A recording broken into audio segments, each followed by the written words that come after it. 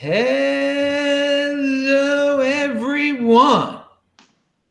This is Adam Meister, the Bitcoin Meister, the Disrupt Meister. Welcome to This Week in Bitcoin. Today is August the 24th, 2018. Strong hand, long-term thinking, unconfiscatable. Okay, dudes, we got quite a This Week in Bitcoin going on today. We don't know where Ron Galt is, but he could show up at any moment. But we do have Ansel Lindner, and we do have Kevin Pham making his debut on the show. He's never been on before. All of their links are below. Everything I talk about in this show, everything we talk about in this show is linked to below. Get your Trezor, your t-shirts, everything. All sorts of affiliate links are below. Also, disruptmeister.com. Follow me on Twitter at TechBall. All right, so let's start off with something that's a tweet by Fluffy Pony. No, it doesn't have anything to do with Monero. It is SEC denies Bitcoin ETF is the new China bans Bitcoin of 2018. I really couldn't say it better myself, actually. Ansel, what do you think about this week? Obviously, we've had a lot of ETF false flags. I don't even know what you want to call it. What's your thoughts on all this ETF stuff? Oh, well, the FUD, specifically the FUD angle of the ETF denials, I think it's completely different than the China thing. But I don't know, maybe there were people, like, I'm pretty calm right now, even with all the ETF stuff, but maybe there were people like that were really calm when China was going down. So to me, it's not nearly the same. It's not nearly as big as, say, Mt. Gox or the China crackdown. So yeah, I think this is just they're stretching to find any sort of FUD they can at this point. Well, yeah, I think what he meant is that it's just like everyone was used to, I mean, like last year or the year before, people would just talk about China like it was the biggest thing in the world. And it's not the biggest thing in the world. Just like every little ETF getting rejected isn't the biggest thing in the world. That's my take on it. And that's what I want to remind people. I mean, I've been calm this whole time. It's just, it will be approved eventually. And I think people are just talking about it because it's something to talk about. And I don't know, people like to create FUD. Kevin, what's your opinion on all this? My opinion is I don't care what the government or Wall Street does. Bitcoin's not supposed to care. We're not supposed to care. We got to 20K without an ETF. We successfully took over the world without China. Like, Bitcoin is bigger than Wall Street. Bitcoin is bigger than China. And also, as one of the crypto anarchist principles is to not ask for permission. We don't ask for permission for the government. We don't ask for the permission for Wall Street. We don't wait around. We just go. And my thing is we're just going to keep on building. And then if China wants to join, if Wall Street wants to join, they can join. Ideally, I'd like them to sit out as long as possible and to have all the disenfranchised people in Venezuela and in Zimbabwe dump on some Wall Street bankers. That's what I would like, or dump on China for them trying to suppress this movement. Well, I mean, I think we should get regular people in Zimbabwe and in Venezuela should jump in on this before these big institutions do. Is that what you're trying to say? Yeah. And wouldn't it be romantic and poetic for the disenfranchised and those in squalor and poverty to be able to dump on the privileged elites in the West? I think that'd be a beautiful thing.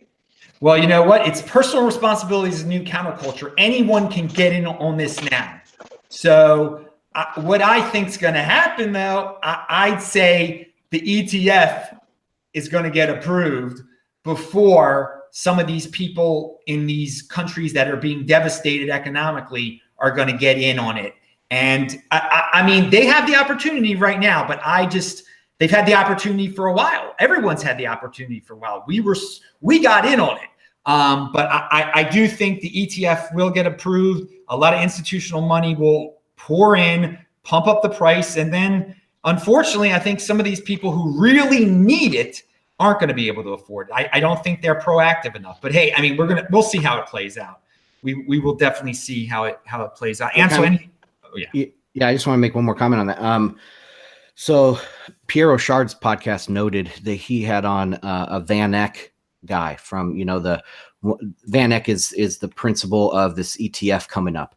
And he was like, oh, we need to make Wall Street comfortable. When we make Wall Street comfortable, then we will get more liquidity and we'll get the higher prices and all that stuff. And I agree with Kevin almost the whole way, not the whole way on that last comment there, but I think we need to make them uncomfortable. They need to feel like, holy I almost cussed on your show there.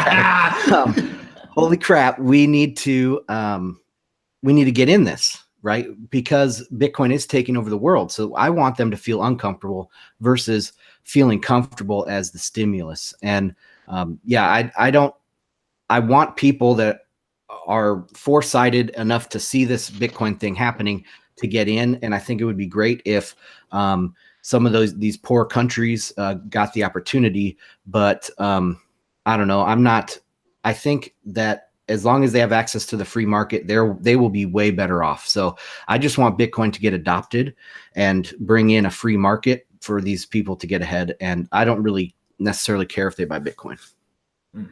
Well, speaking of institutions, this week we've been hearing about large banks or governments cracking down on the way people move their wealth, whether it be saying your bank account is closed now, or you can't use your credit card anymore to accept payments.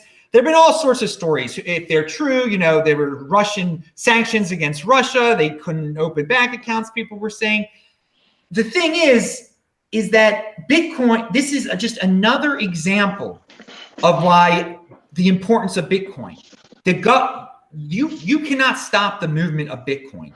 You could shut down a credit card. You could shut down a bank account. These are all centralized entities. Bitcoin is unconfiscatable. So, I mean, and then we have all sorts of controversial things going on in the world today. And I find it fascinating that they still are asking for like credit card donations or PayPal donations, whether it be something in South Africa. There's a lot of stuff going on in South Africa right now. Guys, when do you think people are going to wake up that they shouldn't be relying on their bank accounts anymore and should be relying maybe on Bitcoin instead? Yeah, I guess I'll start. So I think what's coming top of mind is Cody Wilson and Defense Distributed. I believe Shopify shut down their account because it violated their terms and policies or their community standards against facilitating the use or the production of firearms. And he recently just he was taking fiat USD donations to the banking system, and he recently accepted Bitcoin and Bitcoin Cash, which to me, I've been advocating for because Defense Distributed getting censored for not breaking the law, but because some country didn't agree with their politics, is the primary use case for Bitcoin. It's just like when WikiLeaks got shut down or their payment processors shut down their accounts after getting pressured by the United States government. So to me, what's happening to Defense Distributed is kind of the poster child of why we need Bitcoin and why Bitcoin is important is to route around that type of censorship. And not only that, Cody can, receive donations from anybody, literally anybody in the world, right? So that basically increases, his donor base, by orders of magnitude.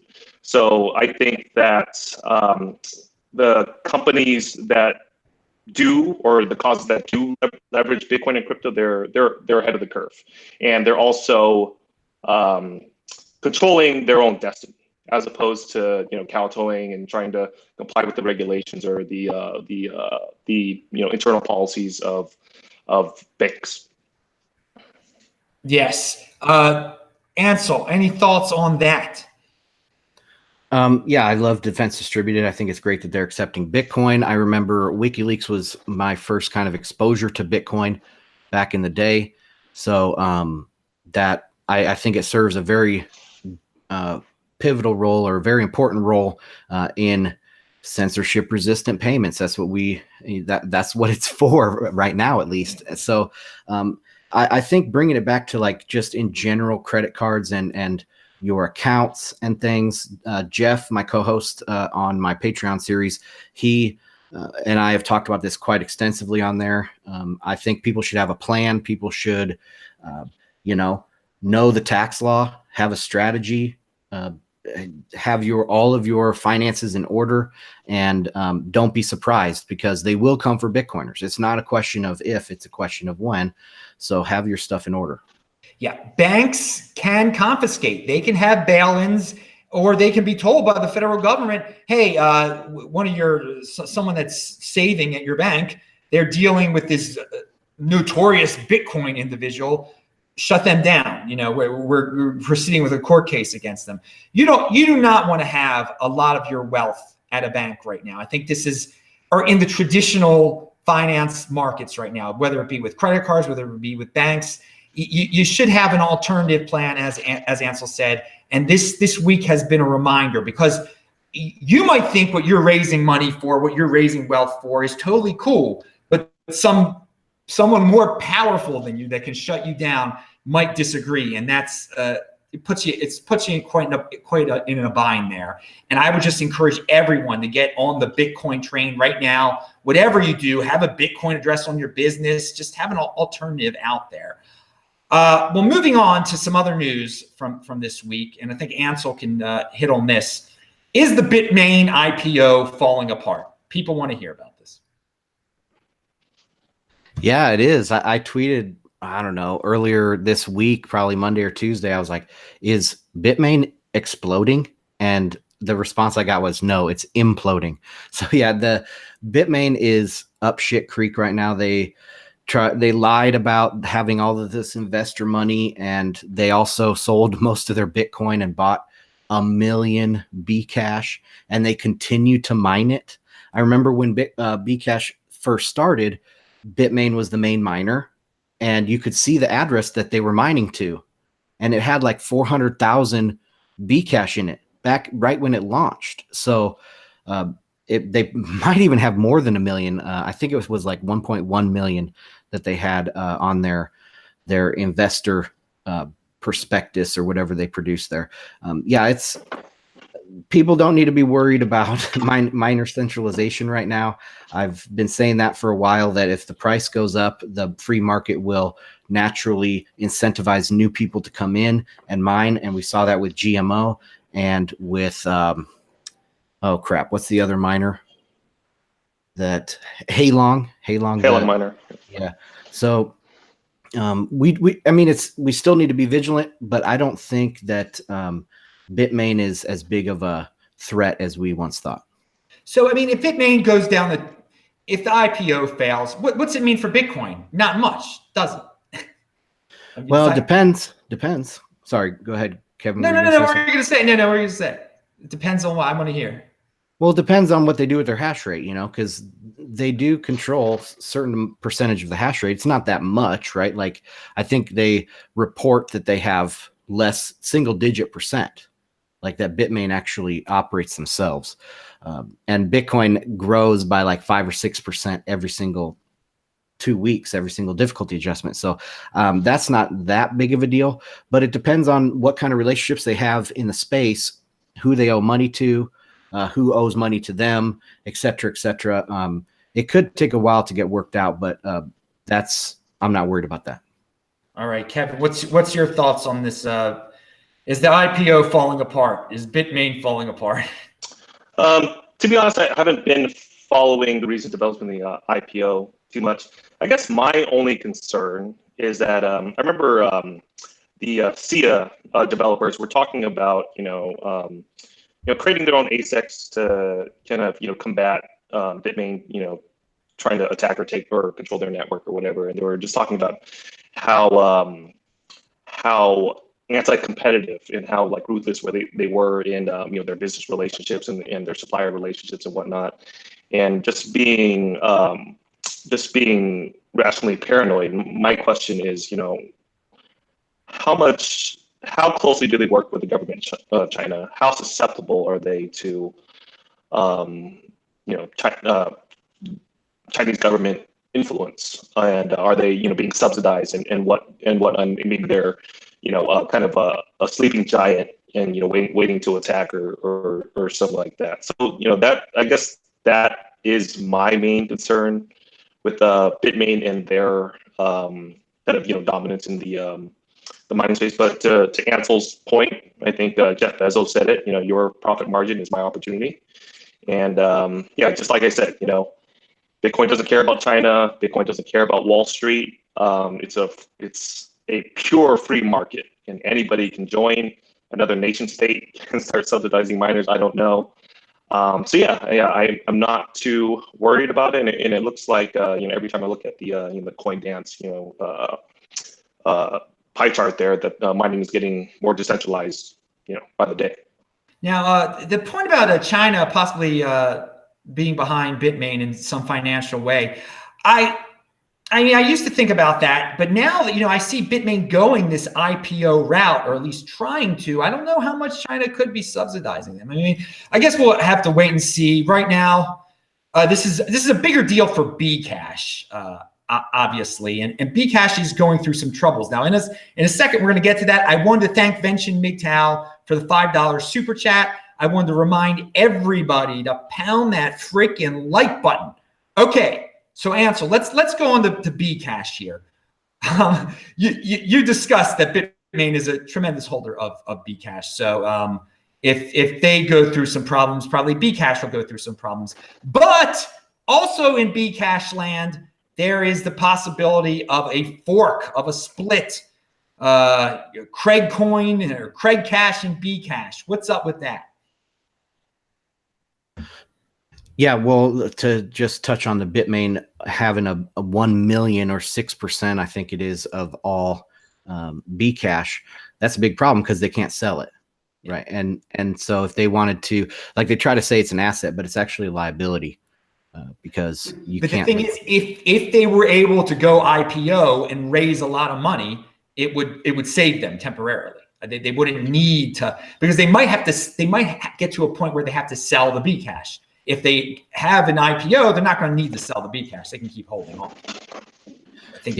I don't know. I don't think an IPO will save them anyway. But the big story there is the fork. Craig S. Wright, is being pushed out kind of by the community, and I've talked about this on the podcast that I think that it's kind of the opposite of Galt's Gulch, where all the able people left society and they went to this freedom, this bastion of freedom. Is like the opposite. All the victims and the inferior devs and all those people, they all are the ones that went to Bcash, and now they're just infighting in this little tiny valley of crap. And so that's what Bcash is. And this fork, I don't know. I'm not too worried about it because they only have 5% of the hash rate, and it'll probably, one of them will emerge in November very quickly as the winner, and that will be it. You think one will emerge quickly as the winner? I see it more as a drawn out fight almost. From what I'm not following it that much, but who's got who on whose side here? It seems like there's a lot of people on Craig's side and a lot of people on the other side. So it should be interesting. It would be interesting to see if they could keep it going on for a while, like a Bcash civil war going on for quite some time. But the anti-Gulch thing, man, pound that like button. That was pretty creative of you. Kevin, what do you think about it? To Ansel's point, I think I did a tweet about kind of the market segmentation or the marketing segmentation and demographics of all the different cryptocurrencies. And then basically Ethereum appeals to kind of the social justice warrior and like Silicon Valley, dev developer worshiper types in the VCs, and Ripple appeals to kind of the neoliberals and the bankers with, kind of like Bill Clinton and like Ben Bernanke. So it's like, you guys are not obsolete. You guys can still be kind of cool or whatever. It's kind of like, yeah. And then Bcash was basically marketed towards, all the incompetent people in Bitcoin. It got kicked out. So it's kind of been, it looks like a shit show over there. But I will say to be adversarial minded, to be devil's advocate. I think a lot of what Craig Wright does is a lot of misdirection and trying to get people to underestimate him. Kind of like Donald Trump act like you're a lunatic or a madman. But I honestly think that there may be some method to his madness, and maybe he wants Bitcoiners to underestimate him or whatnot, because from what I've heard, he's still, a pretty wealthy guy. Roger Ver is a pretty wealthy guy, and Bitmain, they're making billions of dollars in profits. So I will say that although they look dysfunctional from the outside, they do have resources and they do have a lot of skin in the game. So yeah, I think it's just to be healthy, not to write them off. And then to the point about them forking. I kind of go back and forth. This is kind of a controversial position that I've talked to Daniel Kraywitz about, early founder of the Nakamoto Institute, the person that created the term hyper-Bitcoinization. And he basically says that you should hold all forks because you want all the forks to compete amongst each other like gladiators and to fight for your, fight for your loyalty and or whatnot. And it looks like that's what's happening in Bcash right now with that forking off again. So if you held a little, then you're going to get a little bit more on that side. I get a little bit nervous saying that because I think it sounds like like I'm a heretic to a lot of Bitcoiners, but I like to see the vantage point of other smart people in the space. So yeah, just wanted to add a little flavor there. So do you think there'll be a clear winner if they do fork, or will they battle for a while? Yeah, I'm not following it too quickly, but I think it's kind of like based on the clout of whichever leader. So if it's Craig Wright versus Jihan Wu, they're both well resourced, and they have a lot of followings and a lot of resources, stuff like that. But to be principled, it seems like each of them are getting even more centralized, right? So then like each one is having a faction. There's like WooCoin, and then there's like Craycoin and stuff like that. And basically, it's turning into the same thing with Ethereum, which is basically Ethereum is metallic coin, right? Basically, the price moves with what he does and what he says and whatnot. And it looks like these are the only ways that these shit coins can survive. Is that Bitcoin owns the market on decentralization and censorship resistance and no leader and whatnot. So the only way that these guys can compete is on having a figurehead and having a very charismatic leader, which is to me short-sighted and a fatal flaw. Oh yeah, Kevin, that was very well said, dude. It's impulsive, and most people in crypto, unfortunately, are impulsive. They want dictators. They want someone to tell them what to do. Why do you think Ripple is so popular? I mean, it makes no sense. It's totally centralized, but they got all these fanboys out there. So yeah, Bcash is going to there'll be two Bcashes, and probably both of them will be more centralized than the one before, but they'll still have their followers. I mean, a lot of us got into this for decentralization. A lot more just got in for I don't know what other reasons. I will say in crypto, even in Bitcoin, a lot of people, talk a big game about self-ownership and self-responsibility, and not trusting but verifying. But it seems like it's just a natural human weakness or tendency to just be lazy and to outsource or hand off your responsibility to do your own diligence to somebody else. and whatnot. And it's like a muscle. You constantly have to strengthen that. And I think I learned that when I saw Vitalik, and I didn't think it was that smart because all of his implementations, never worked out, or they got hacked, or they never worked out like he said they were going to do. And I was like, you know what? I didn't go to Harvard. I didn't go to Stanford. I'm not a computer science PhD or whatever, but I just challenged on his easy claims, and I realized a lot of times that the emperor's wearing no clothes, the king's wearing no clothes, and to challenge people at the top, and take it on yourself to protect your position, and to understand what's going on. Well, what I wanted to say that you brought up, collectivism is the default for humanity, unfortunately. Exactly. Individualism you have to work to, and that's what you were saying. Pound that like button. Ansel, any thoughts on what he just said? He said some glorious things there.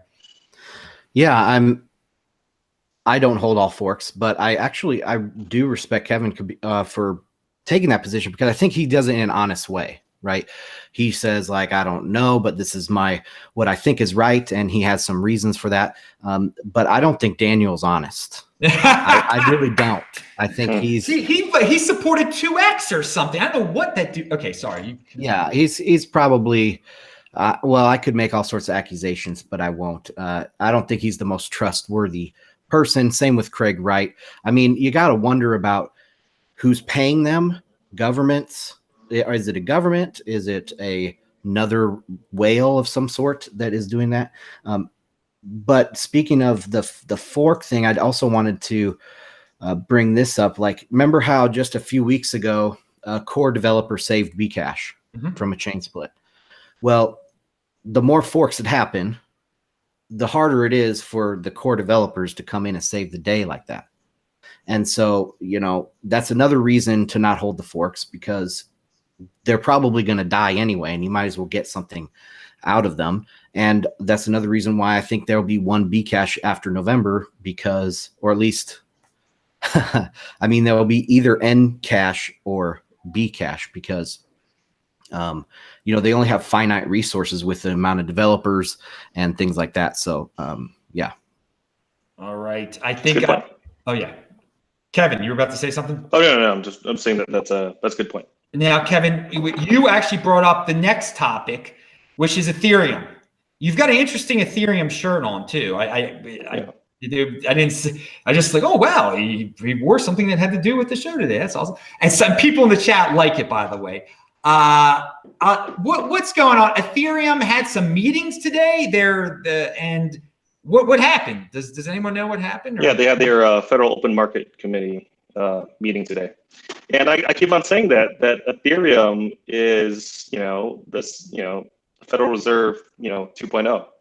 They engage in bailouts, for moral hazard, crony capitalism, bailing out insiders and people who are close to decision makers. They have a kind of a open market committee where a certain group of devs kind of steer the discussion. And a lot of people say that Vitalik isn't the leader, but I think my observation, and it's a observation not just unique to crypto, but just to any governance system, is that you see the test of whether it's centralized or not is that if there is an emergency, is there a final arbiter to make the decision?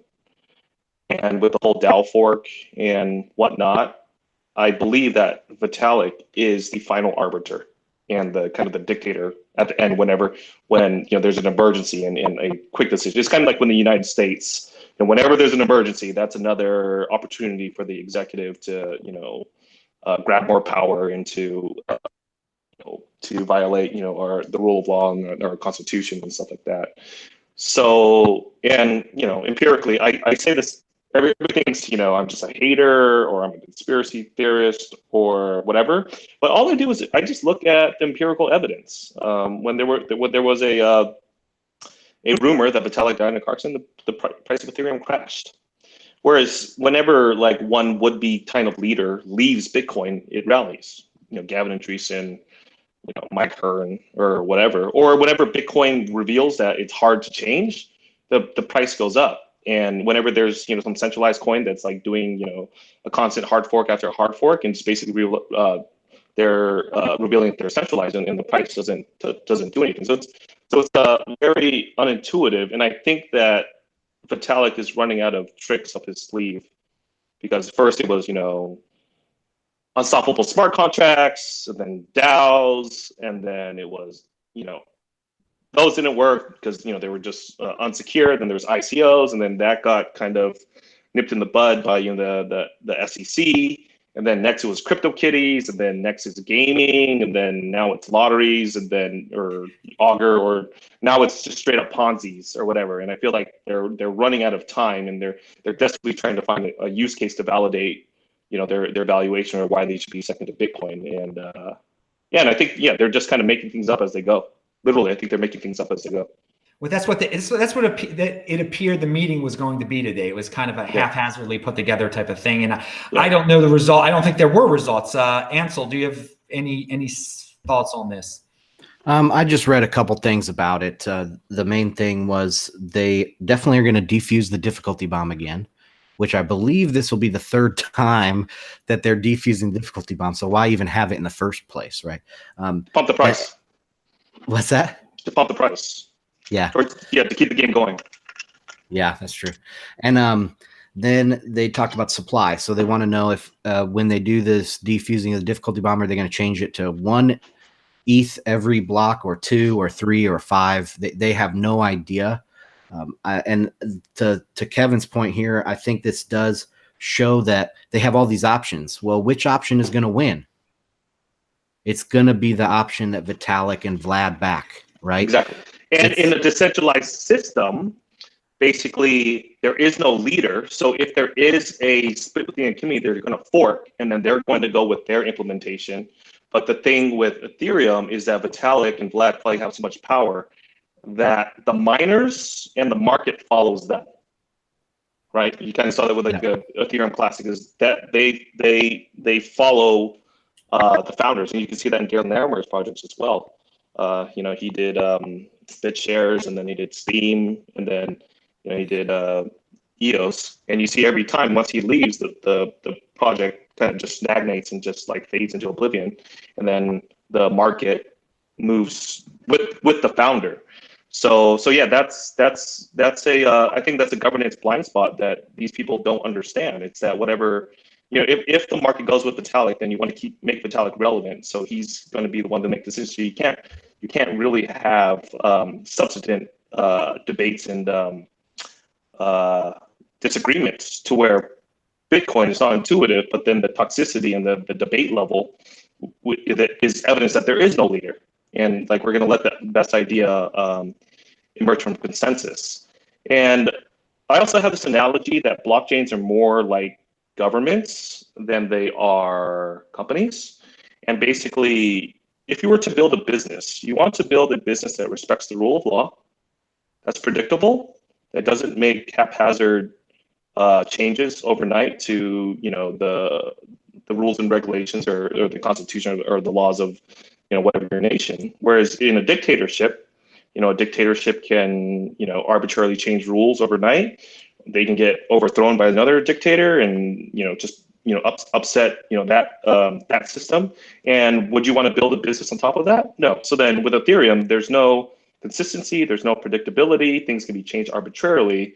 So why would you want to build a real business or a real protocol on top of that, as opposed to Bitcoin, to where the rules aren't going to change, or it's going to be very hard to change? You can know what the supply is going to be and everything else, and you have predictability, so you can build a real business on top of it. Whereas Ethereum, the only thing is just kind of fly by night, token sales or whatnot, and then your thing just plays into oblivion, and you walk away from $1 million. It's just it's kind of a lot of high time preference behavior in Ethereum. Well, to answer your question, why, there's just people out there, for whatever reason, they think Ethereum is the next Bitcoin, when only Bitcoin is the next Bitcoin. So again, people have hopes and dreams, and they want to be involved in the next big thing. And That's sometimes where they build on top of this. That's not a good reason to build on something, though.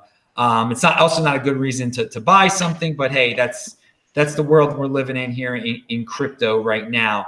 Another thing. Oh yes, please. Sorry, I keep interrupting. No. I was going to ask you if there was something you had to add. Yeah. Yeah. Again, to Kevin's point, is the miners, like one of the things I read was people were surprised that the miners haven't said anything. And they're talking about cutting the block reward by 66%. And the miners haven't said anything. So what does that tell you? In my mind, it tells me, yes, it's centralized and they'll just follow what Vitalik says. And they know that that's what's going to happen. Another thing it tells me is these miners don't really care about Ethereum long term. Yeah. So yeah, they're sticking with the game.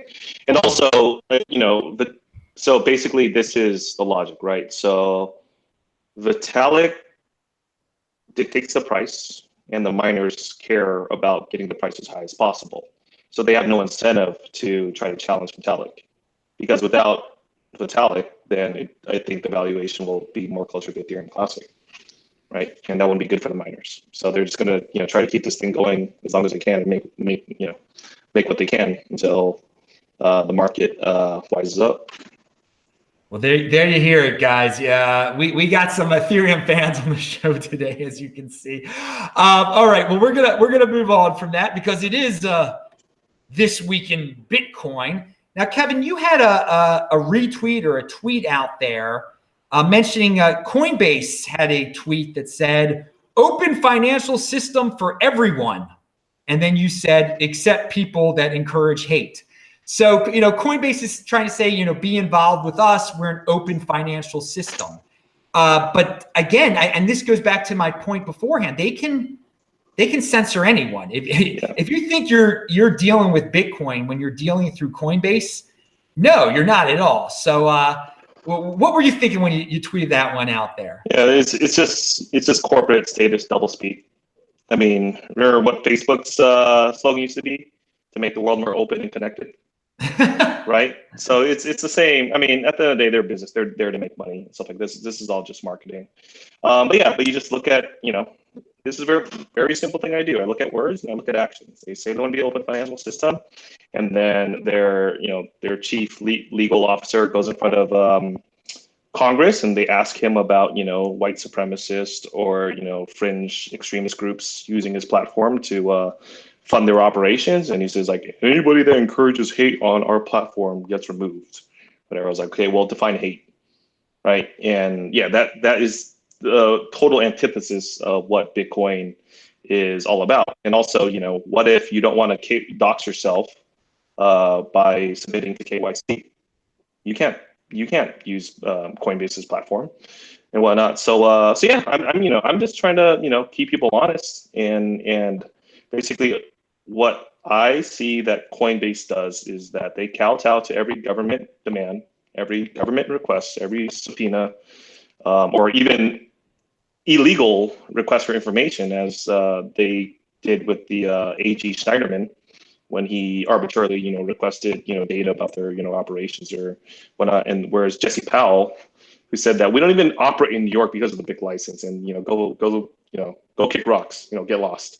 Whatever, and I respect that. And you see people like Cody Wilson and Jesse Powell at Kraken actually, taking a stand and not normalizing this financial surveillance. I feel that American society or the West or whatever, we suffer from Stockholm syndrome, to where it's been normalized that yes, you give over your financial data to the government, or your bank gives over the financial data to the government whenever they request it.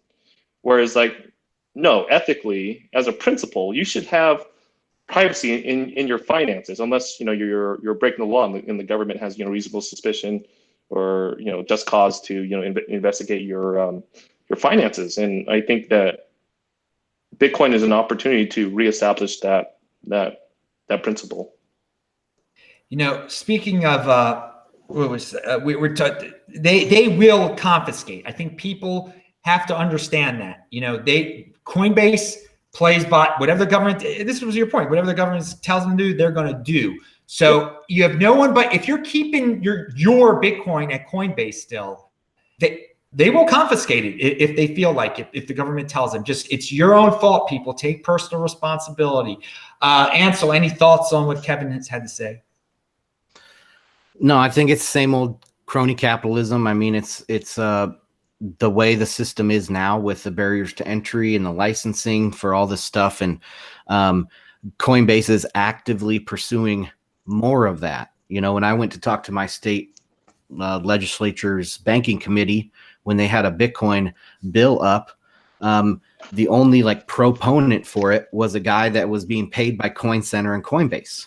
And those two are the ones that wrote this legislation that they wanted to get passed in my state. So, no, they're actively out there trying to put up these barriers and to get the market share, and that's all they care about. So, you know, I don't know. I think it's similar to with the worries about the ETF.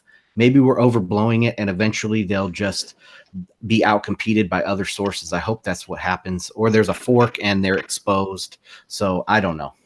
No, they will be. There'll be better sources eventually than Coinbase, than what Coinbase does. There will be. I mean, to me, the answer is always time. Whether it be the ETF, whether it be competitors to Coinbase, you just got to be patient. You got to have a strong hand. In the long run, it's going to be a lot different in the year 2021. Kevin. Yeah. So I agree, and I think we were talking about this in the pre-show about the sneaky crony capitalism that's going on. So basically, Coinbase has an incentive to prop up these onerous regulations in order to protect their position in the market. Whereas you just need a lot of money to be in compliance and to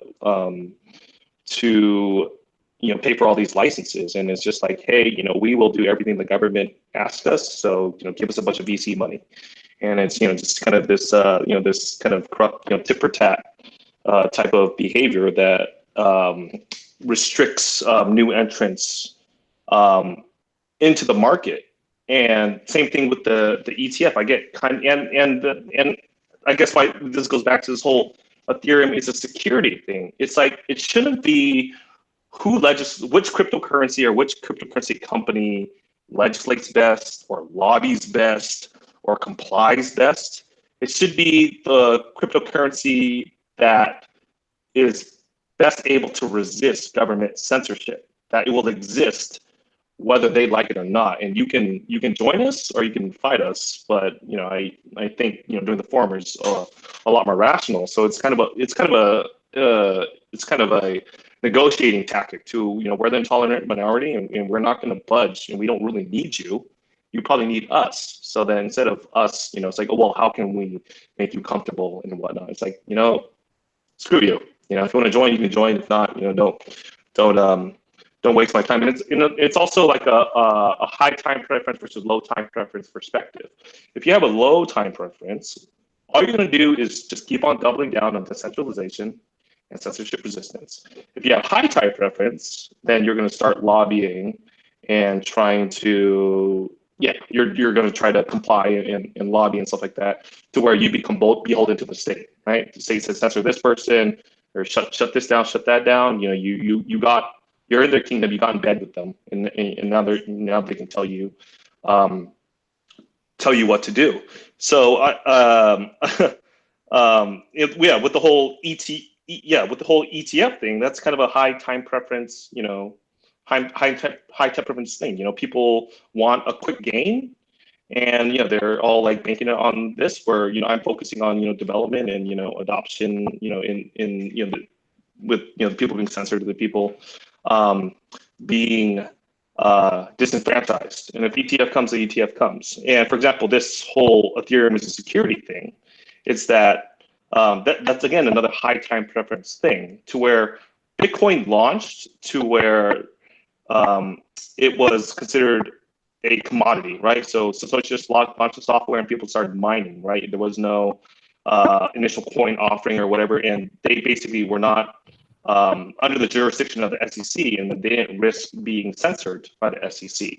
Whereas Ethereum, they just didn't have the skill, I guess, to launch Ethereum like Bitcoin without a legal entity, without a public founder, without a investment of money upfront, And with that, they open themselves up to censorship from the SEC. And then when you open yourself, and when you create these legal or regulatory or government attack vectors, your strategy in order to stay alive is to play ball with the state, which is like, we're gonna, lobby, some politicians, or cut a deal with a regulator or whatever to get us by. But really, what you're doing is that because you failed to design your cryptocurrency to be censorship resistant, now you have to engage in crony capitalism to protect yourself, and you're getting back into that same behavior. And regarding all the banking licenses and whatnot in order to operate an exchange, I make the example of the taxi medallion with Uber and Lyft.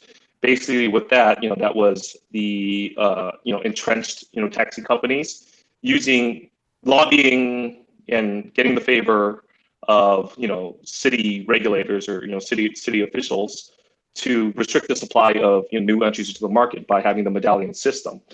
And basically what that is, that they allowed them to kind of corner the market and keep out new entrants. In the banking system, you need a banking license in order to do that. In order to be a money service business, you need your money service business and stuff like that. And basically what that does is also decreases innovation and keeps out new entrants and decreases access and inclusivity. So that's the same thing that's happening in the banking system, but nobody calls it out. I think when Uber and Lyft disrupted taxi, everybody said, yeah, the taxi medallion thing is inefficient, it's corrupt or whatever. But I don't feel that people in the Bitcoin community are making that same argument against all the the banking licenses and the money service licenses that these exchanges need. And I think it's because they have that high time preference to where they want that easy adoption, that mainstream adoption. We want mainstream adoption now. And then when you do that, you roll over and you comply to every stupid rule that got us into this position in the first place, as opposed to seeing the big picture and holding, standing your ground and not complying and making the system change and to comply with us. Bitcoin is the resistor. The other ones do not resist. Ansel, did you have anything to add to that one there, or should we move on now? Well, I think Bitcoin is still finding its footing, right? We are going through different phases of what the narrative is, and I think it's been obviously a strand throughout the whole time of sound money and freedom and all that stuff. But now we've had things like a stacked protocol or a layered stack in the last year and other things. So I think Bitcoin is still kind of adjusting its narrative. It's definitely squarely aimed at the central banks, and other banks and banking regulation will follow. If you cut the head off of the snake, then you end up killing the snake. So just go for the Fed. And I think that's where the narrative is right now. Okay, well, let's move on for this topic real quick here. Ansel, did you check out that article that I sent about the transaction value versus the transaction volume of Bitcoin? Yeah, I saw it. What was it at? Did you? I mean, what I actually discussed this on my show yesterday, but people make a big deal out of it. Right now Bitcoin isn't. There's not a lot of transactions. But what did you think that about the total value of transactions is quite significant on the Bitcoin network right now? Yeah, I like how you tied that in with the narrative piece, because it is like the narrative of versus, are we PayPal? Are we Visa? Is that who we're going against? And if you look at the value of transactions on Bitcoin every year and every day, I mean, we're within a order of magnitude of Visa, and we're past PayPal. Is that the one you're talking about? Yeah. Yeah. So yes. That's a good way to look at it, especially when we have layer 2 and we're not really going to know what's going on Lightning nearly as well. So, that could just be stealth volume or stealth value that's being transacted. So we got to look at the mass of, instead of the number of transactions, we need to look at the mass value that's happening on the base chain. Kevin, any thoughts on the FUD that you always hear about? Oh, there's not that many transactions on Bitcoin, as opposed to that. What we now know is that there's a lot of value in Yeah, I think value moved is a better metric, because I remember after the whole scaling debate, Coinbase and large companies started batching transactions, right? So then once you start batching transactions, of course, the transaction volume is going to get hit, but you can still get a good idea of the health of the ecosystem by seeing the aggregate fiat or USD value that's moving through Bitcoin. Well, now I'm glad, and I agree. I think people should start talking more about the value instead of the volume. If you ever get in one of those debates, people just bring up the value. Yeah. Pound. And to Ansel's point about the narrative is that, well, is Bitcoin, PayPal 2.0 or decentralized PayPal, or is it gold 2.0, right? And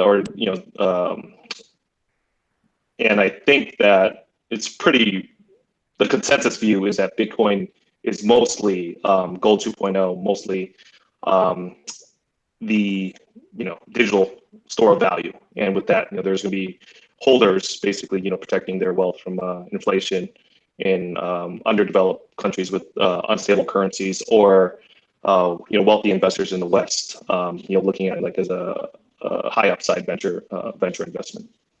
And it's unconfiscatable. It's uncensorable, people. Remember that.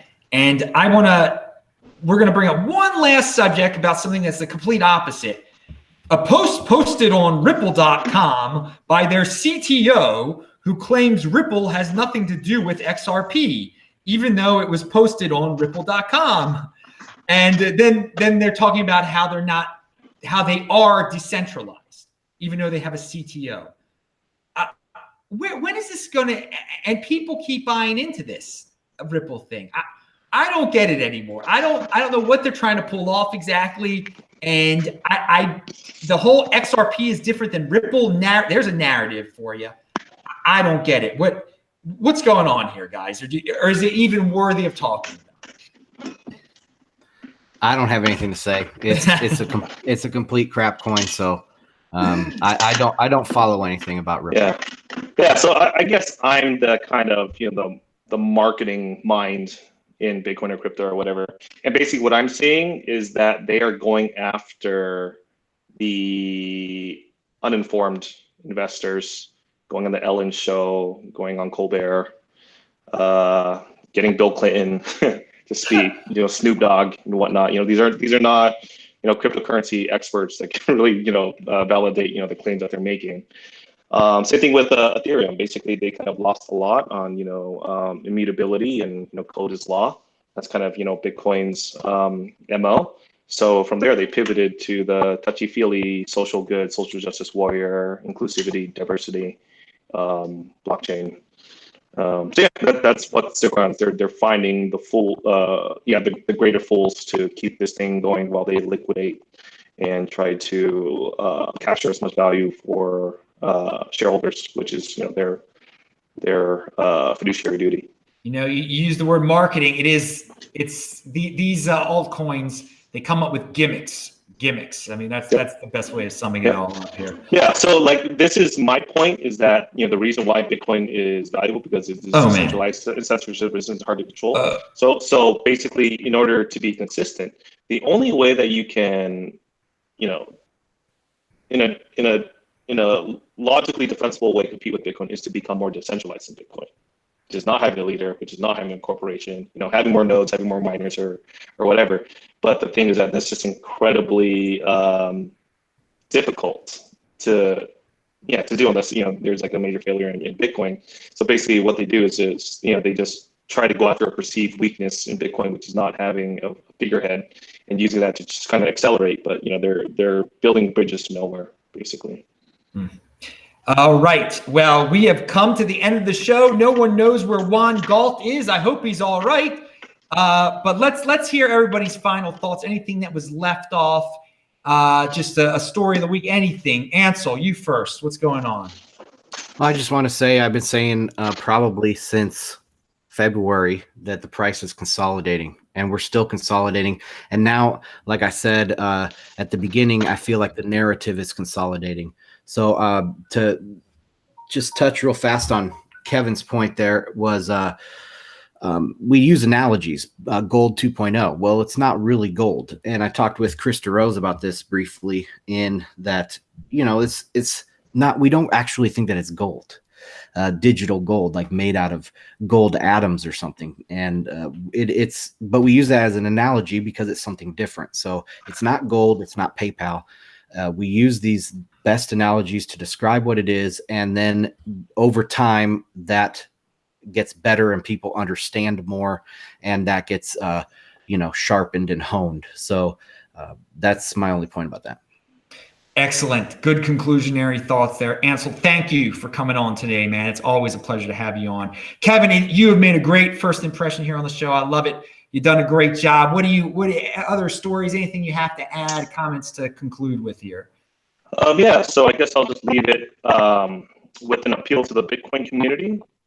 So I've been following, Cody Wilson and Defense Distributed very closely. I've spoken to them in person, and my contention is that this is the next fight in censorship resistance and free speech, and the ability to be a sovereign individual. Bitcoin established ability to create our own money and store our own wealth, and I believe that Defense Distributed is democratizing and protecting our ability to arm ourselves and to protect that wealth. And another thing that they're doing is he's establishing the immutability of code again, to where this is just data, this is just code on the internet, and it's just effectively speech. And there's a big battle right now to where people are deciding, is this free speech or isn't it? And that's going to set some scary precedents if software code or CAD files or whatever are not considered speech. Whereas if we establish this precedent that code is speech, then that means guns are speech, then that means Bitcoin is speech. It's not money. And basically any, Andrew Torres says software is eating the world. That basically means that the world will be freed of, government, regulation and, crony, rulings and whatnot, and allow kind of a Cambrian explosion in innovation in the economic realm. And I think that's profound. And, right now, Cody needs our help, and he's accepted Bitcoin because, the regular, or, the US government is trying to shut down his account. Financial institutions, payment service providers are trying to shut him down. And he's using Bitcoin to survive, like WikiLeaks did. And there's a lot of Bitcoiners out there that are mad that he's accepting Bitcoin Cash.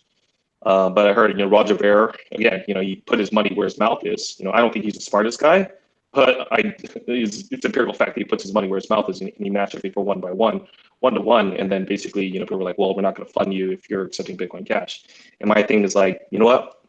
Step up, be a man, and put your money where your mouth is. Cody needs us. He's on the front lines of the next fight.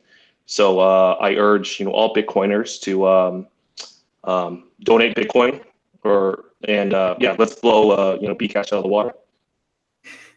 Excellent. Your people in the chat are loving your freedom talk, man. This is you've brought a good perspective on. I can't wait to have you back on the show. Those were some deep thoughts that Kevin just left us with there. There's a big world out there. Bitcoin can make a tremendous difference.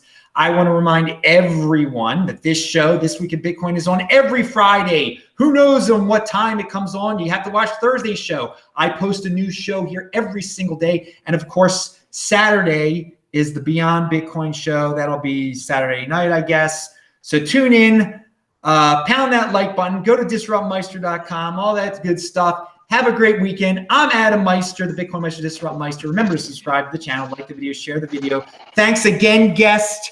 Everybody, 1 Bitcoin equals 1 Bitcoin. See you soon. Bye-bye, y'all. See ya.